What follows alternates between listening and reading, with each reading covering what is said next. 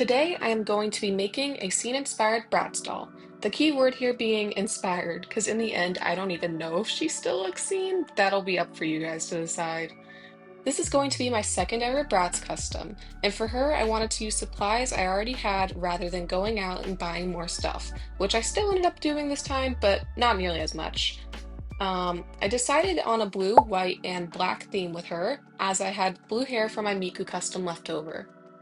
For her outfit, I don't really end up sticking 100% to the design I'm showing right now, but I figured I'd still show the steps I took to getting the final doll. As for her face-up design, I don't really know what to say other than that I clearly like the color blue, especially given my last customs.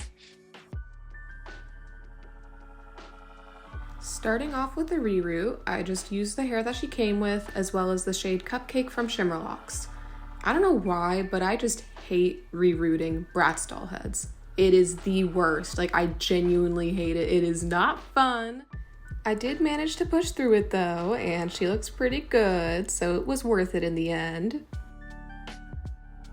This is what she looked like after the boil wash. I stuck her in the freezer to set the part better because I heard that works well, and it's just what I do. As for her bangs, they gave me a lot of trouble. I don't know, just this doll's hair just gave me so much trouble. I do not know why, but in the end, she actually looks really good, and I am very much proud of myself.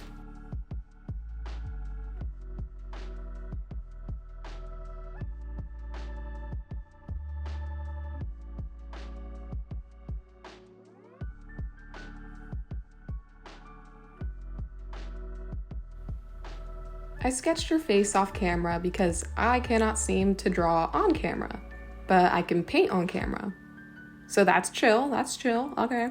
But I used my brown Derwent Inktense pencil. For this face paint, I just like to use my Vallejo acrylic paints. I just water them down and then lay them on nice and thin. And actually with this face paint, I think this is like my best one yet because everything is just so smooth and nice, and it's just, I don't know, I'm really proud of myself on this one.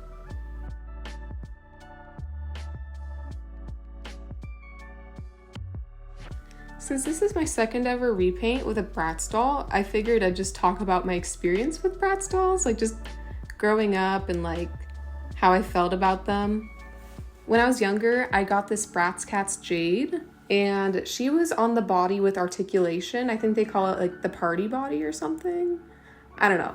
But I really like that doll because her knees were articulated, her arms were articulated, and as a kid, I really valued articulation because without it, I don't know, it just stressed me out as a child. I'm like, why do their legs not bend? Why? Why are their feet removable?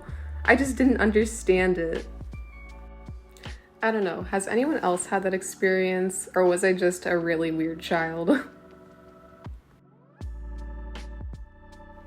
Now that I'm an adult though, I really do appreciate Bratz dolls, mostly for their fashion and their faces, because like, I really want more Bratz clothes. Like, I want the skirts and the jeans, because I just want to use them for my Monster High doll customs. They're just really cool and they're high quality.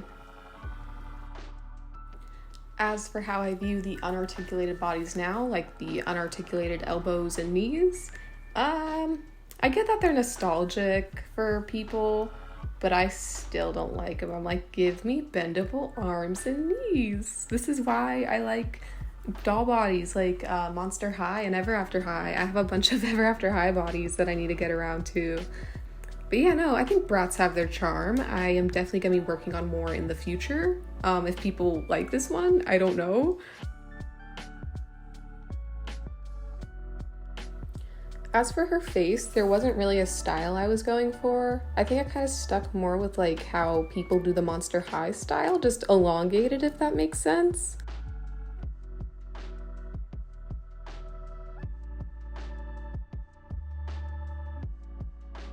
For the eyes, I really like doing this little shadow thing. I think it just adds more depth. It's not really that dark right now, but I do end up going over it with a second layer. I just think it adds more depth and it can really just be another cool detail on a doll face, you know?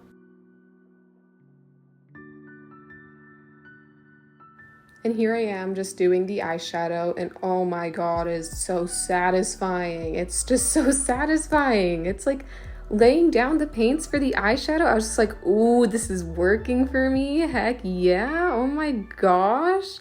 It's just going so smoothly. Like, I did not struggle on the eye paint for this doll, and I just love it. I'm like, yes, I'm improving. I don't know if anyone else feels like that who does doll customs or just does art in general, because it's just so satisfying when you can feel yourself getting better at something, okay? It's like, it's great. Anyways, just forgive me for my fangirling. I'm just really proud of myself on this one. This is the smoothest repaint I've ever gotten on a doll, and I don't know, I'm really glad it can be on a BRATZ doll.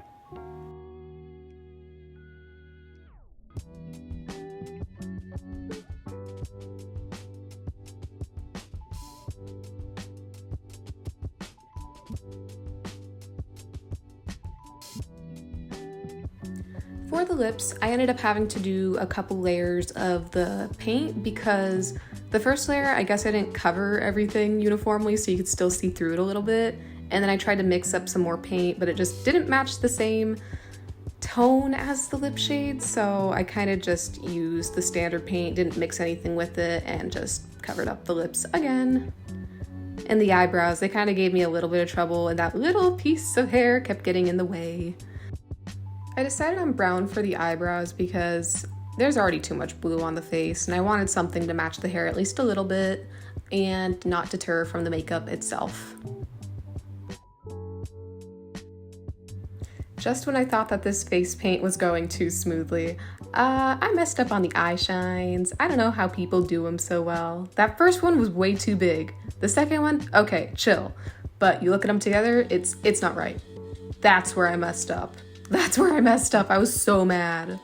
I dabbed it with the paper towel because I thought it was one of those ones that like I watered down too much and that I could just absorb, but nope. I ended up repainting over up the issue, and yeah, just kind of went the long way with the eye shines just to make sure they're perfect.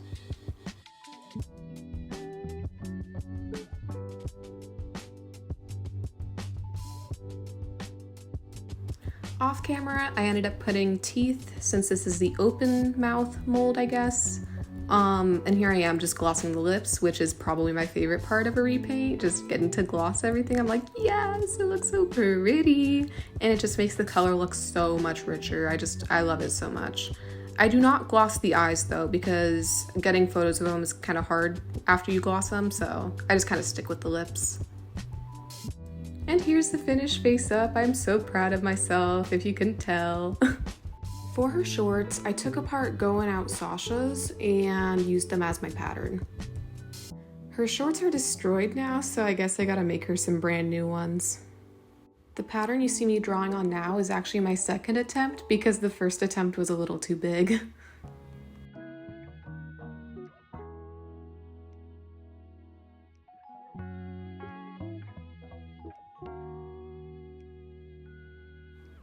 This time around, I actually got some sewing footage. I am really proud of myself. But if you look in the reflection, you can see me manually hand cranking it, and that's because I only have one stitch on this machine, and if I let it go, it'll just bunch up everything and it would not look pretty. For her leggings, I just trace around the legs, and that's pretty much just how I got the pattern.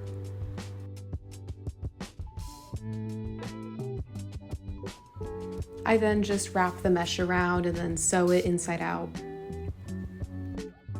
This step was a bit tricky because there were times where the fabric would bunch or I'd accidentally rip a little stitch, you know, in the fabric, and I just wanted to hide it, so I just like was making sure I was being all meticulous and perfect with it. Sewing the mesh stockings can be pretty fun though. It's like, it can be tedious, but it's definitely fun when you have something playing on in the background. I don't show it in this video, but after I'm done sewing the stockings, I just peel them off and then they're right side out, so pretty easy peasy.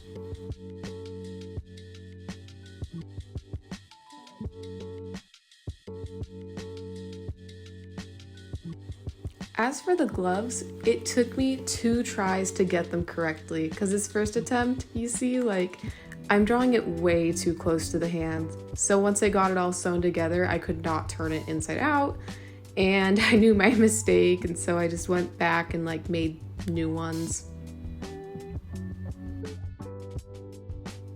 For the gloves, I used Fabri-Tac so that the cuffs wouldn't be bulky, and then I ended up stitching the sides together. Once I slipped the fingerless gloves onto the doll, I used some thread just to make a little thumb hole.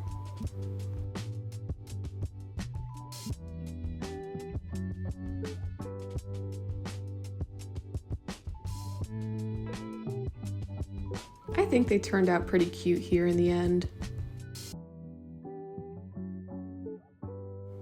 Here I am just painting on some leopard print, which was actually pretty fun. It can be a little tedious at times, but I think I had like a lot of fun just coming up with like little shapes. Obviously I looked at a reference just to make sure I was doing it right, but it's fun, it really is. I think it also helped that I was listening to Creepcast in the background.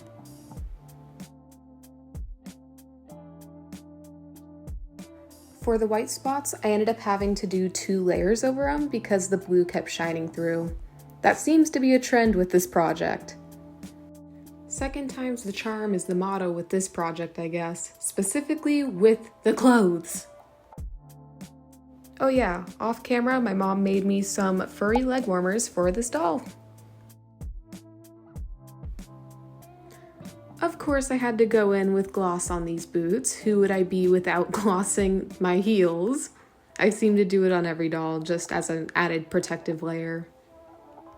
Again, I just love how the colors pop after you add that nice thick layer of gloss. I ended up doing 2 for the heels because the first one looked a little bunchy.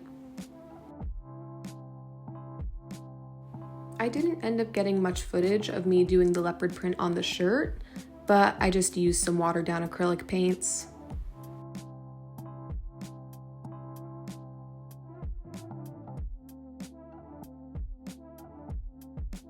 I also didn't get much footage of me painting on the tattoos. They were just so tiny it was hard to get some good angles.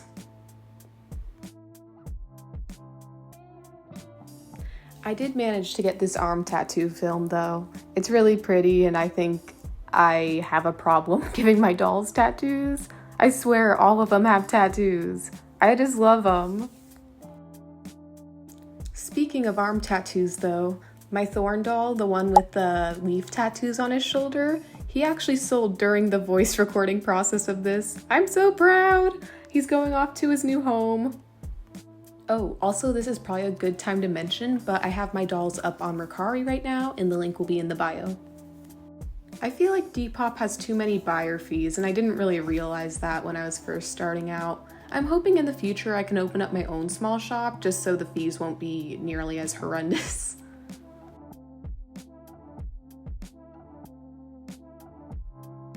On to the bracelets. So for the bracelets, I only ended up recording myself making 2 of them, and I honestly have no idea where I got these beads from. I was just scrounging around my room looking for tiny blue or white beads, and I found some in my little charm and bead stash. Making doll bracelets is harder than it looks. It's really tiny, and sometimes if you don't tie the knots right, it'll just like explode everywhere. That happened a few times while I was making her bracelets.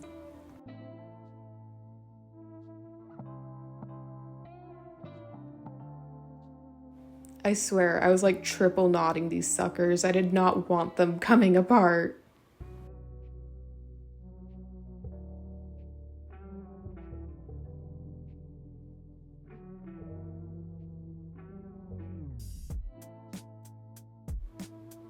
Last minute, I decided to give this doll a purse, and that's because I have no idea what I'm gonna do with all these Kylie Jenner lip bags if I do not use them for my BRATZ dolls.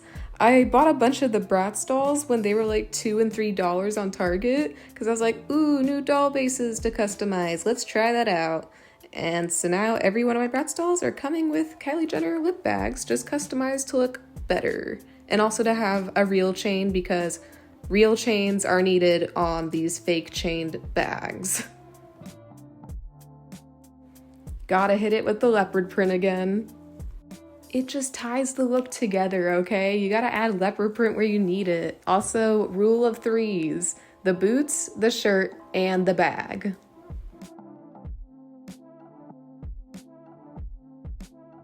Again, I ended up having to do 2 layers of white just so the blue wouldn't shine through. But again, listening to Creepcast really helped me out with this one.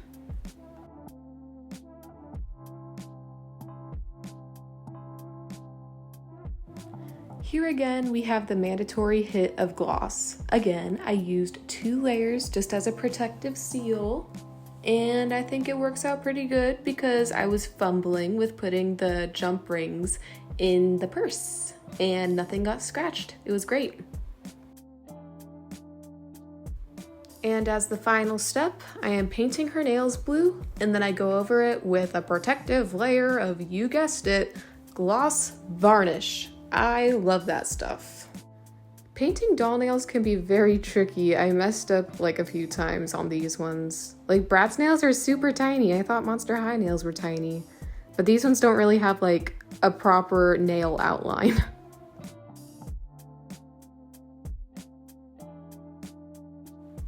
And with everything complete, it is now time to see the final result.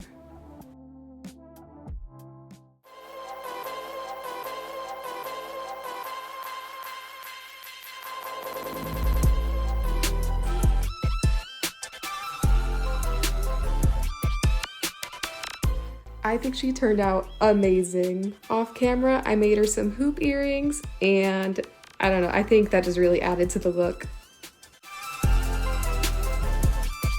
Oh yeah, I gave her a cross choker just for the style.